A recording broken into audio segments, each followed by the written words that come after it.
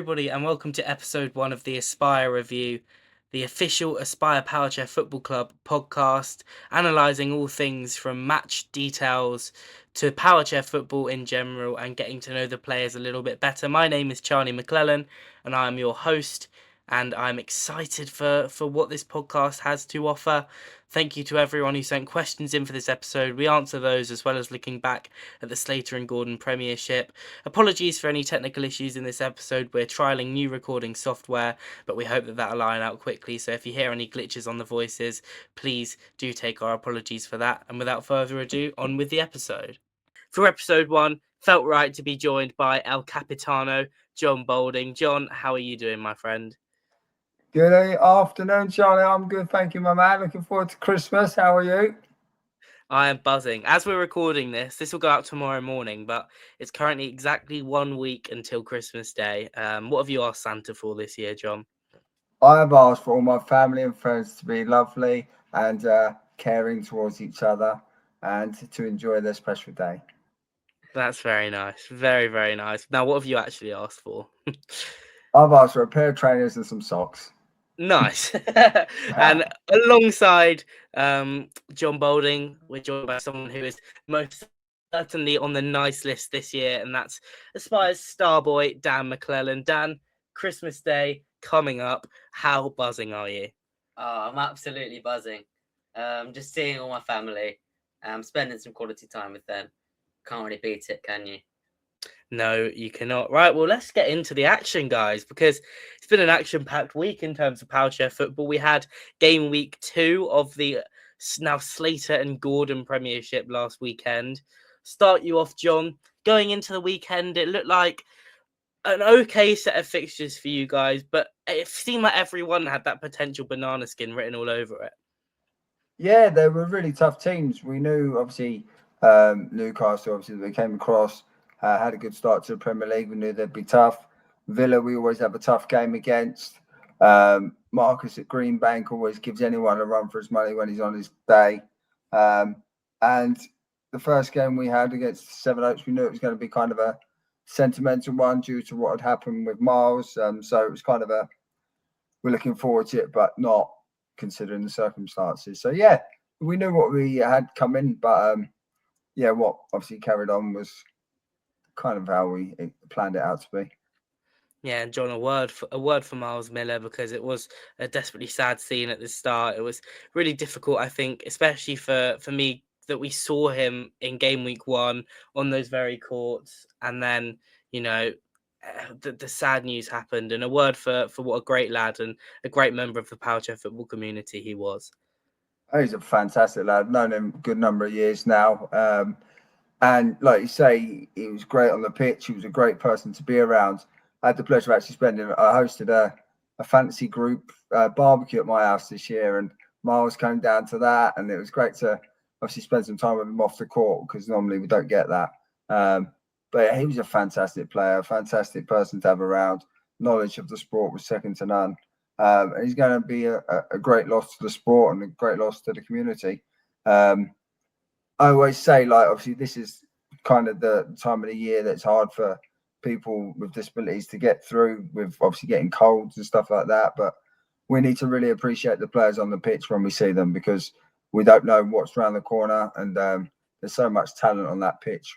We just have to admire and not take for granted what we're seeing in front of us. Yeah, it's a really poignant tribute. A fantastic player, a fantastic opponent, always played in good spirits, and yeah, he will be sorely missed. And after what was a beautiful community moment, we got the first game of the weekend underway, up against Seven Oaks. And Dan, it was actually a really tricky game. Seven Oaks gave you a lot to think about, didn't they? Yeah. I think, as John sort of touched on, we always knew that it was going to be a tough game emotionally. Obviously, they were so brave, and fair play to them. They played really well given the circumstances. But actually, yeah, on the pitch, tactically, they gave us a tricky game. They've always been a tough team to play against, because James and Carl read the balls across the box quite well. And they've always sort of had typically Miles on the edge. Then also the young lads did him really proud this weekend. George and Stanley did that job on the edge really well. So it can be really hard to sort of break them down. And get through that wall on the edge of the box. Obviously, we scored 3 against them, but we had to really work for it. I think it was we only had a 1-goal lead at half time, so I feel that's sort of testament to the fact that their defense reads the ball really well, and they even countered on us a few times.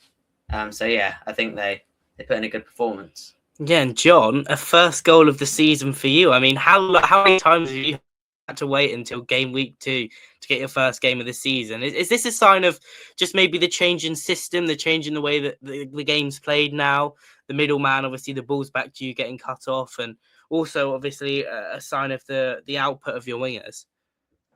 Definitely, mate. It was it was a bit of a shock when I saw it go in. I didn't know I could score goals. But yeah, it was kind of one of them where I think if Sevenoaks looked back at it, they probably were a bit gutted it went in, because it wasn't, obviously it was one that really the keeper should save and not be misfooted like it was. But I caught the ball well, and kind of then when I saw it went in, it was quite a nice feeling. Yeah, with obviously Dan being more confident in the middle now, I think I will find myself on the wing quite a lot during games, whereas obviously in the past I've kind of had to control that middle area. But now we can really rotate around. John can play in the middle, Dan, Jordan, they can all play in the middle. So it will give me some more chances on the wing to score. But for me, obviously, it's not about the scoring for me. It's about winning the game. So I'm happy for whoever scores the goals. But yeah, it was quite nice to get off the score sheet and not score for a while. Yeah, and win the game you did. And I would just like to personally apologise. I was on commentary for that game against Sevenoaks, and your goal, John, I probably did my worst ever commentator's curse on it. I'm going to put the clip in here, and I'll put a ding noise in when the goal goes in, so you can hear just how bad the commentator's curse was. Because, yeah, I just would like to apologise to Sevenoaks, because I did not intend for that to happen. Must say, I think Sevenoaks will take a lot of encouragement from this performance. There's been elements of it that have been really good. Oh, why have I said that? I can't believe you've done this. Oh no. Well, it's 3-0 to Aspire. Joel John Boulding assists Charlie Mclellan. Oh, I'm so sorry, 7-0. So yeah, a pretty terrible commentator's curse there, but well, we move on. And the next game was against the side that we've had great games against in recent years. Newcastle, Dan, up against your mate Ollie in the middle, who was going to absolutely marshal the game. And to be fair, they gave you everything they had. Yeah, he's a fantastic young player.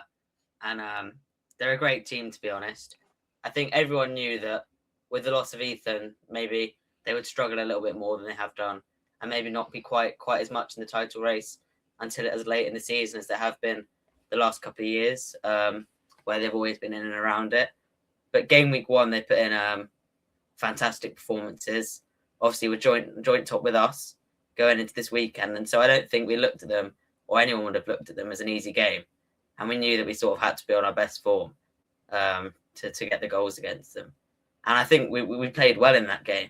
We started off, we came out the blocks quick, sort of playing passing football, but we just couldn't break down that combination of Lee and Ollie. They marshalled their box really well, as you said. And yeah, they bided their time and then sort of counted on us and won set pieces and whatever when they needed to. So that was really impressive. And it took a penalty for us in the second half to get over the line in that game. But I would have said, I think against most teams, just sort of saying we've scored 3 or 4 goals in the first half. And I think that's not a criticism of their performance. It's almost testament to the fact that they did defend so patiently and so well against us.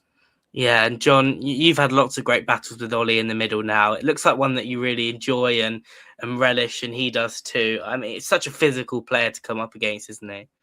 Yeah, he's fantastic, and he's developed really well. And I think, obviously, like Dan touched on, Ethan leaving, I think will be a bit of a blessing for him, because he now has to be the main man. He's now the middleman, whereas he on the wing in the past.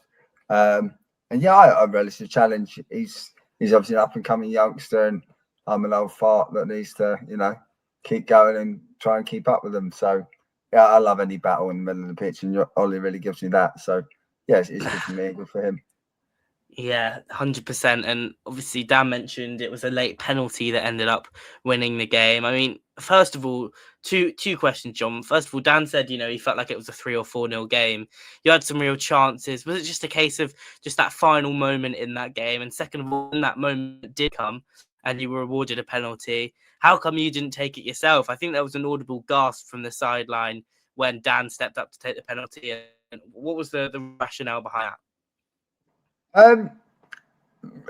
Regarding the chances, we did have quite a few good chances to score, and we always know that in these tough games, if you don't score early, the longer it goes, the harder it becomes. The defending team brings a bit of confidence that they've kept us out for so long.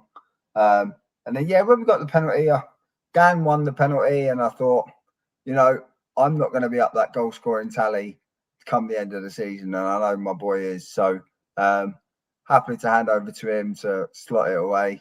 I know he wouldn't miss, and obviously it was a crucial penalty, so he's high in confidence. Let him take it, and he's done the job. Yeah, so 2 tough games, come through them decently unscathed, and on to Sunday morning, which was a great game. Honestly, one of the games of the weekend I watched anywhere in terms of just the entertainment, the back and forth, the physicality between all of the players on the court against Villa. They had a great weekend, Villa, and rightly so, getting praised for it. But John, did you enjoy that game? I listened to the 2-on-1 podcast this morning, and Ryan Sipple said that the battle between you and Dave in that particular one was one of the best he's seen between 2 individual players in recent years. It looked like a hell of a game out there. Yeah, like you say, Villa had a great weekend, and they always give us a run for our money. And so, you know what you're up against when it comes to Dave. He likes to put in a challenge. I like to put in a challenge. We both like to complain. So, when you're putting them against each other, there's always going to be a bit of fireworks. And that's what happened. And yeah, we had a little bit of verbals on the pitch, but that's a bit of fun after the game. It was all forgotten. We shook hands, laughed, and got on with it. But during that game, I thought we played some outstanding football. And it was just a shame that we didn't convert them to goals. Obviously, the goal we did score was a good goal, but I thought before that we'd played some lovely football and they deserved goals. It was just unfortunate we didn't find the net. Yeah, Dan, I was just going to say there was that chance earlier on in the game where Hamza Madir has made one of the best stops I think I've ever seen in the sport. If you look for it, it's probably about 3 or 4 minutes into the game, and we've sort of worked it around really well. John Dixon's put a ball across. You've met it on your front bumper, perfectly timed, power, and somehow Hamza's just turned on a sixpence and saved it. I mean, how incredible were they at the back for Villa? Yeah, they were incredible. I think Hamza and Bubba are so well drilled with what they do. It's incredible. They sort of they let you get the ball across the box because they're so confident they know that they've even got that sort of blockade on the goal line, that when it does get across the box, you've got to put the shot in the perfect place to then be able to score. Like we saw that I saw a clip on the WFA earlier today of Dylan Kelsall's goal against Villa, and that's the kind of thing you need to do against them. You need something spectacular to score against those two, because that's one of the best defensive pairings in the league, and they're so disciplined. You think like, oh, it's a goal. Your eyes light up. There's no one there. And then suddenly one of them just sort of comes out from nowhere and they get the block in. And all you can say is, it's going to be a tough game when we play against them. We always struggle sort of. And you get a goal early, then you have a bit of an easier game. But even then, they don't give up. And they're a really tough defence to play against. Yeah, and John, I mean, just to get the 3 points, 9 points, another clean sheet as well, which is something that's been spoken about a lot. You and Tom at the back hadn't conceded a goal in the league up until that point against Villa. I mean, how important is that defensive solidity at the back in terms of not only obviously helping you get points, but helping the attacking players feel that they can really express themselves with such a strong rear guard behind them? It's been really important for us this year, because we found last year we kind of I've said it on many podcasts. I think I was a bit naive going into the league that I thought all our attacking work would counteract any defensive errors, and it kind of cost us. And kind of, again, I've mentioned many times that the defeats to Teesside knocked us back a bit, and so we worked a lot on our defensive shape, and and obviously going into this season, it's shown that it's really come to fruition, you know, and we've kept a good number of clean sheets now, and it does breed confidence every time you go into a game that you think you're not going to concede. Obviously, we're going to move on to it, but we did end up conceding this weekend, which is a bit gutting because we thought we would carry on that clean sheet. But no, it's Tom's done a fantastic job, and obviously the team defensively have done a great job, and everyone's pulled together defensively, and that's why we've got the record that we've got so far. Yeah, and you spoke about, obviously, you did concede.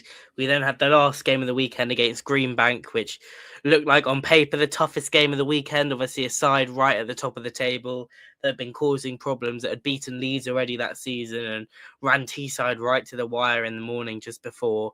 I heard an incredible stat today, JB, that Ryan Sipple said from Jeff Lewis on the 2-on-1 podcast, which was that during our game with Greenbank, Marcus Harrison received a yellow card. And that made him the most booked player in the history of the Premiership, right?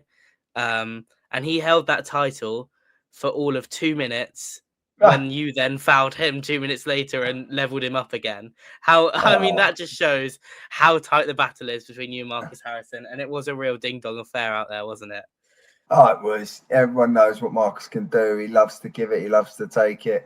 And I was a bit gutted when you just told me he had that record. I thought I was right up there. And then when you then told me I got it back after 2 minutes, I was well happy. So, you know, it's another record to add to the collection book. And obviously I got my red card earlier in the year. So, I'm collecting these records. So, hopefully my goal scoring can go up rather than my yellow cards. Yeah, I was going to say, you've probably got more cards than goals this year, John. Mate, calm down. That was a tough game, though, wasn't it, Dan? Obviously, you guys conceded a really sloppy goal in the first half, which I know you've really taken the rap for, and it was just a moment of, I guess, miscommunication at the back, misunderstanding of where your opponents were, and it did cost you. Yeah, it was a really frustrating one because we got right on the front foot in that game. If you watch sort of the first 5 or 10 minutes, we hardly went, the ball hardly came out of their half. We had them really pinned back. We had the territory and the momentum, and then that goal completely halted it. It was a goal kick, should have sort of been a nothing situation. And I think, it was one of them. You make the wrong decision sometimes, don't you? I've made the wrong decision at the time. Played the ball into pressure, and then it was sort of just a bit of miscommunication. It's such a hard situation because John sort of then got to make that decision. Do I touch it? Do I not? You don't want to let it go, and then it goes out to the other winger and they have a tap in. And it's one of them. It's like when a ball gets fired across the box. Do you leave it and risk scoring an own goal? Do you do you touch it, and risk conceding an own goal? Or do you let it go and give the person at the back post a free shot? So it's one of them. I put the team in a bad situation with my original decision, and then it was just a really horrible one to concede. Yeah, but I've spoken to a few people about the weekend, and I feel this personally, John. I almost feel like the way you fought back and got that point and clawed back goal is actually a massive point that keeps you at the top of the table and keeps Greenbank and other teams at least a bit of an arm's distance. I actually thought that was the most impressive thing of the other 3 games, but fighting back against Greenbank, the way they were playing, which, they wouldn't hide the fact that it was ultra anti-football and defensive, but to pull back that late equaliser, you must have been really proud of the character of your team, John.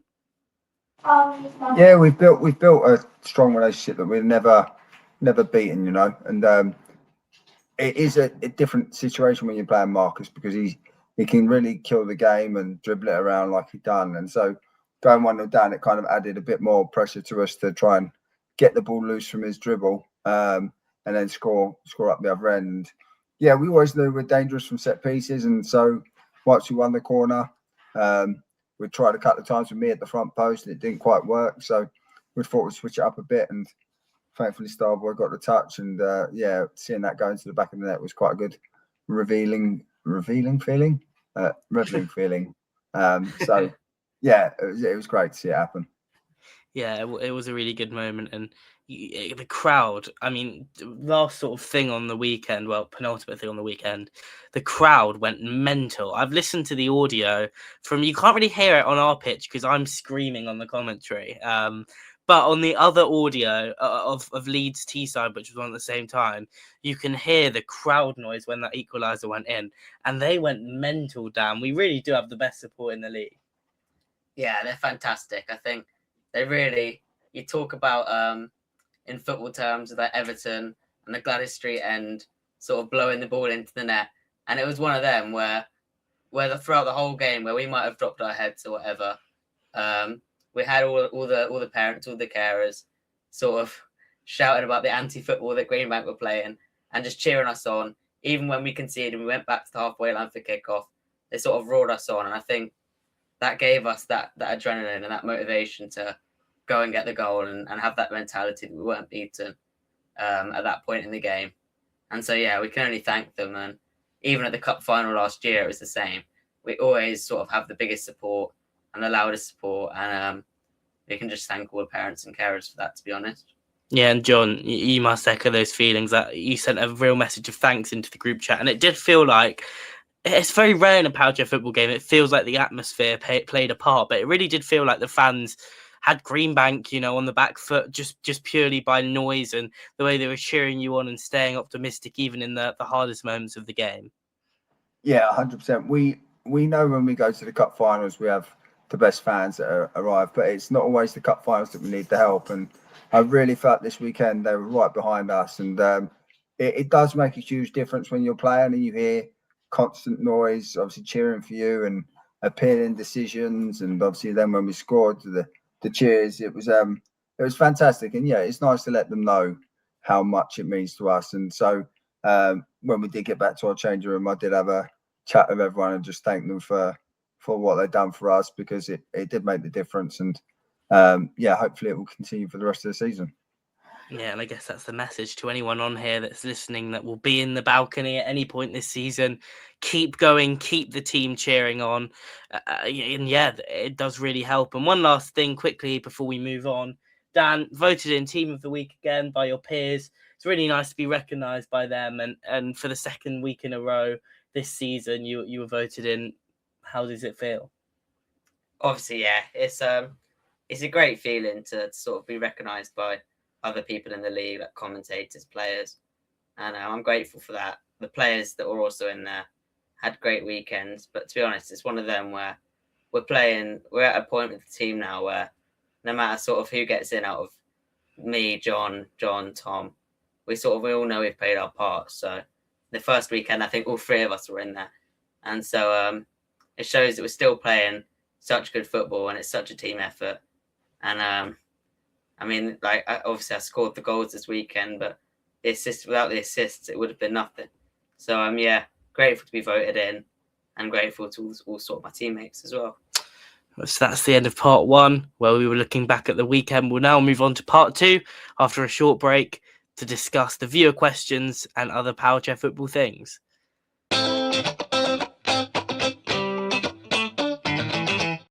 So we asked the viewership to give us some questions for the first episode of this podcast, and we had a couple of responses, a couple of good questions that I can pose to you two. So I'm going to start with one from Paul Dixon, who said, what 2 or 3 changes to the game do you think would either be beneficial or more exciting or simply worth trialling? Off the top of my head, I'm thinking of ideas such as higher speed for chairs, wider goals, rule changes relating to 2-on-1s and driving off the court. I'll start with you on this one, Dan. What kind of changes would you like to see maybe implemented? I think one that we've always spoken about, I think both in the England setup and with Spire, ever since I've sort of been around, because I guess we're the passing teams, is that the 2-on-1 rule. I think there's got to be, I don't really know the exact way they should change it, but I'd love to see some sort of change that favours the team in possession more. I completely understand the strict 2-on-1 rules when it comes to the defending team. If someone else has got the ball and you've got 2 people holding hands next to them, I completely agree that needs to be punished more. But sometimes I think such like positive, intricate passing play that would make the game such a spectacle to watch isn't allowed because of the 2-on-1 rule. And I think there needs to be some sort of way where the 2-on-1 rule is more lenient when you've got the ball than when you've not got it, if that makes sense. Yeah, I think that would facilitate much more open football. And there's loads of times where you see great attacking moves, cut down just because of a that's not great for the free flowing nature of the game. John, what change would you like to see made? So yeah, regarding the 2-on-1 rule, this is one that I've always kind of pushed forward. But the way to make it work is that I feel you can pass as close as you are to each other. But say you and me, Charlie, are passing to each other, and then Dan touches the ball. As soon as he touches the ball, then that makes us within 3 meters, and it then gives a 2-on-1 away. So until that defender touches the ball, I don't believe that you should be given a 2-on-1 away. My other rule, a smaller ball. Obviously, Paul's mentioned about maybe making the goal bigger, etc. But I feel if we make the ball smaller, obviously, I know you'd still have to kind of make sure that it's hitting the middle of the guard correctly. I feel obviously then the passing will be easier because it's obviously a smaller ball, and also then you'd score more goals because obviously a smaller ball can go into the size of the goal that currently exists.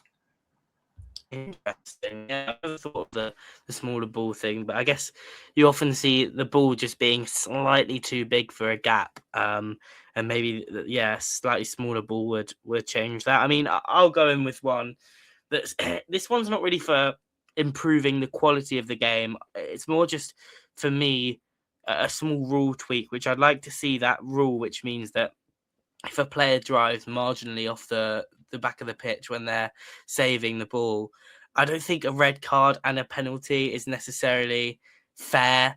I know why they're doing it, because they're trying to equate it to like denial of a goal scoring opportunity in the running game, which is a straight red, or a clear goal scoring opportunity, I think the wording is now. But I'd love to see that a bit more leniency taken, especially because when it happens, it just kills a game off completely. And a lot of the time, it's really unintentional. Like, I'd understand if a player drove around the back of one of the goalposts and then was off the pitch and then to save the goal, and I understand that. But when a player, makes a save and then just goes slightly off after making the stop, it's like, do we really need to be giving red cards for that? I'd like to see it maybe reduced to a penalty and a yellow, or just a penalty, or not even a red card. I think the red card element's completely unfair.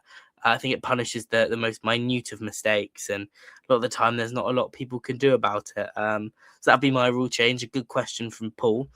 Stephen Price comes in with a question: who will give you the toughest challenge to keep your spot in the league? Signed, Grandad. Obviously, Stephen is one of the adoptive grandparents of the Aspire team, grandparents of John Dixon. And I guess I'll broaden that question out to you, John. Not only who will give you the toughest challenge to keep your top spot in the league, but out of the sort of all of the title challenges now, which there's probably 4 of them, including yourself. So you, Teesside, Leeds, Greenbank in that chase now. What do you think their biggest strengths are, each of those teams? So we'll start with Leeds. Obviously, we know the quality they've got. They've got obviously 2 main England internationals. They've got 2 guys in the development squad. They've got power and precision. So with that, obviously, it's kind of, you can predict where the ball's going, but sometimes not always reach it because of the power on the shot or the pass. And that's definitely the strength that they play to. We've also them playing 4 out a lot more than most teams. It will allow them to obviously overload in areas like we do at England. So definitely that will be one of their key positives to obviously challenge us at the top of the league. Going on to Teesside, they are very, very well organised. They've got Ed and Tyler with a huge amount of experience. They've obviously won the league last year, so that obviously will be positive for them. And then Greenbank, obviously, Marcus is Marcus. He can turn it on like England international can. I do think that they won't be around the top end come the end of the year. or end of the season, but definitely they'll be in the top four. But yeah, they'll grind out results rather than make it look pretty. Yeah, and Dan, on sort of those title challenges, I guess it's hard to pick one, but if you're going to pick one of the three that you are most sort of nervous to come up against, or that you think could pose you the biggest threat this season, which one would you say? Yeah, don't want to offend anyone here. I think I've got to go for Leeds because we've not played them yet, and there's such sort of. I know we've sort of got a bigger sample size to go off now after that second weekend, and we've sort of seen them click into gear, but there's still sort of an unknown quantity. Don't get me wrong, what Greenbank do is incredible with Marcus, and the young players they've got, Toby, Jacob, and what Teesside do is second to none. Like the amount of space they're able to create in triangles and sort of the dynamic moves that they put on last season tore everyone apart, and there's no understating that. The thing for me is just you don't know what you're going to get from Leeds. They've got so many sort of different angles to come from. They've got obviously a really strong starting lineup before out, which I would say their typical starting lineup is sort of as John spoke about, Dan and Lewis, the two development internationals, and Dylan and Ethan, who are obviously at the Euros with us. But even you look at the bench, and you've got Jack and Summer, and there's people that have been scoring plenty of goals for however long I've been in the Premiership anyway. I think Jack was the top scorer last year. So they've just got that strength and depth, and each of their players sort of got a different skill. I think Dan Rigby is one of the best dead ball players we've got in the country. Dylan's Dylan. Then we've got two powerful sort of dominant middle players, and then the finishers that can come off the bench and score plenty of goals. So they're just such a well-rounded unit, and I think you'd be stupid not to look at that game and think we're gonna need to be right on it for that one. Yeah, I think it's such a good title race. I mean, me and you had a conversation, Dan, the other day where you sort of said to me, like, this weekend was a real sort of pinch me moment in terms of looking around and looking at the English league and thinking, oh wow, this is a special league in terms of talent and competition. Yeah, it was. I don't want to sound all soppy, but it was one of them where I've driven home from. Well, I've not driven home, but we've driven home. We had the early finish, obviously the 12:45 game, and I put on the. I had the Leeds Villa game on one screen, and then the Greenbank Forces game on the other screen, and it was just that thing of on one screen, I see like a really competitive game between Leeds and Villa. Leeds playing beautiful 4-out football, and Villa sort of doing what they did against us. And that's absolute quality. And on the other screen, I see Greenbank Forces, and I just see sort of that. It was that competitiveness of you've got Greenbank, who are a team that we all expect sort of be in and around it all season. And then Forces, who have last season obviously were in the relegation playoff. They're not going to be near that, I don't think, this year because they've improved so much. And I think Abby and Pete Westmoreland are doing a great job with that team.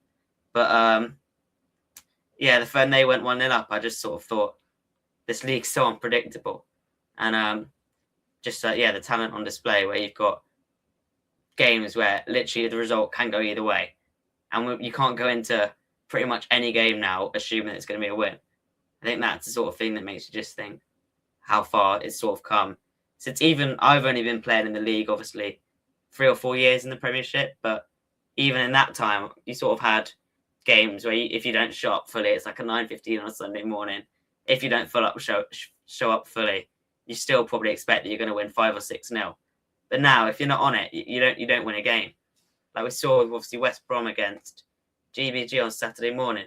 West Brom didn't play poorly in that game at all, and GBG are a team that are nearer the bottom of the table. But anything can happen. Yeah, JB. Last question. What does this winter break represent for you guys now? You've obviously got a month and a half ish from the last national weekend, 2 months and a half, sorry, from the last national weekend to this one. What are you going to be working on? What is this time valuable for? Do you enjoy this break? And how relieved will you be when February rolls around? Personally, I am going to enjoy this break because I've needed it. It's been a jam-packed year with both England and Aspire. We've had a hell of a lot of football on. So I'm going to use these next couple of weeks to prop up, put the chair away in the shed, and relax for a good few weeks, mate, because it's good to recharge the brain. Again, put what we do every week into perspective. We're constantly on the go, training every week. Then it's nationals, then it's regionals, and it's just a nice time to reflect. And then we'll be fully re-energized for when we come back around for regional league and then national league. So I am looking forward to it, mate. I can't lie. And also we'll be looking back at some of the games that we've had over the last few months to basically put a plan together for the new year about what we want to work on and improve going into the next national league. Yeah, that all sounds very good, and yeah, much deserved break for you and anybody who's been playing. It's been a breathless year in terms of the club. We've obviously had the league, we've had the cup, winning the cup at St George's, we've been to Paris, we've had the cup there at Derby, we've joined another regional league, so we're now playing Southeast and West Midlands, and amongst that you and Dan as well have been, England camps, home nations, and then going to Italy for the Euros. Yeah, it's a much deserved break for you and top players all over the country. And I think with that, we're pretty much there. I'll just answer the last two questions. First of all, from James Mason, a known banterer within the Power Chair football community. He says, WWE Royal Rumble with the entire Prem pool of players. Who wins, who goes out first, and who gets the most eliminations? And I'm not going to force Dan or John to answer that question, because the idea of your peers and friends fighting is not one that's particularly appealing to either of you, I don't think. What I would say, though, is Dan would definitely not win. I know that for a fact. And a question from Rob Thompson, which is, what happened to the OG podcast? Yes, this is our second attempt at an Aspire PFC podcast. The last one, I mean, basically, I don't have the branding anymore. It wasn't made for us. It wasn't made by me or by anybody who's still involved with the social media on the club. It was made by Brad, who did a lot of the stuff back then. And so we felt like we've done a lot of rebranding with the social media, which hopefully people have noticed, the graphics, and we're trying our best to give a really comprehensive social media coverage this season. We've got a new website coming soon, which is a bit of an exclusive for the end of this podcast, but that'll be out soon, which will hopefully, when I say soon, in the next few months, which will hopefully provide another place for Aspire content to go. And we're just trying to grow as much as possible. And so a new podcast with new branding is exactly what we felt was necessary to do that. And with that, we'll say thank you very much to Dan for joining us, and to John. It's been a real pleasure to get both of your insight into the week on, and a very happy Christmas and a good break to both of you. Thank you very much. Thank you, Charlie. Yeah, I wish everyone out there a happy Christmas and New Year. Don't get too drunk. Remember, we're athletes after all. And be ready for the new year, because we'll be coming ship and sharp, ready to put on performances better than what we have this year. Yeah, and just as a last note, we really want to make this podcast a really good listen for people that are both into Aspire, but also just general members of the Power Chair football community. We're going to try and do some more stuff, get some interesting people within the game on to talk to us as well. So we want your feedback. So when this episode gets released, leave your comments on YouTube or in the Facebook comments of the new episode post, or message me privately, or send an email to the aspirereview@gmail.com. There's loads of ways to get in touch with us, and whether you enjoyed the episode or you didn't, we'd love to know what you'd like to see improved or what you enjoyed. And yeah, we want all your feedback to make this as good as possible. And yeah, have a great Christmas, everyone, and a happy New Year. And as always, up the Aspire.